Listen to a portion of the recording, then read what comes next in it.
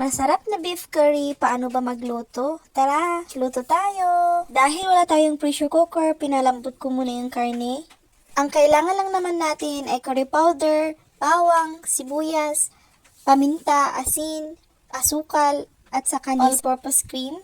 Ang pangsahog lang natin ay patatas. Hindi na ako nagdagdag ng carrots at saka iba pa. Pwede pang lagyan naman ng bell pepper.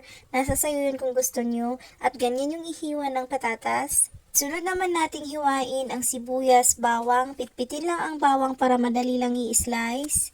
Laking tulong nga sa akin yung bato na yan kasi madali na lang pitpitin, hindi na mahirapan magbalat pa ng bawang. Ang mahirap nga sa walang pressure cooker, matatagalan kang magpapalambot ng karne. Ilang beses naman din kasing bumili ng pressure cooker, ilang beses din nasira, kaya ayun, hindi na lang bumili. At pagkalipas nga ng ilang taon, charot, oras lang, ayun, medyo malambot na yung karne at magigisa na tayo. Sa akin, inuuna ko yung sibuyas kasi madaling nasusunog kasi yung bawang. Nag-golden brown na nga yung bawang, ilagay natin yung karne.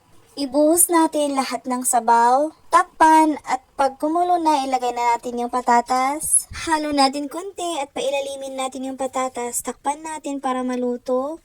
Ilagay na natin yung curry powder. Kapag nagluluto nga ako, tansyameter lang. Kasi depende yung panlasa natin. Nagdagdag na ako dyan ng hot water kasi kulang ng sabaw. Gusto ko kasi yung medyo masabaw-sabaw. Hot water ngayon nilagay ko para continue yung pagkulo niya. Kailangang pinakahuli ang Nestle cream kasi pag matagal ng pinakulo, parang walang nailagay na Nestle cream. Kaya ayun, tinikman natin at okay naman yung timpla kaya kain na tayo. First time ko palang nagluto ng beef curry at sobrang sarap pala.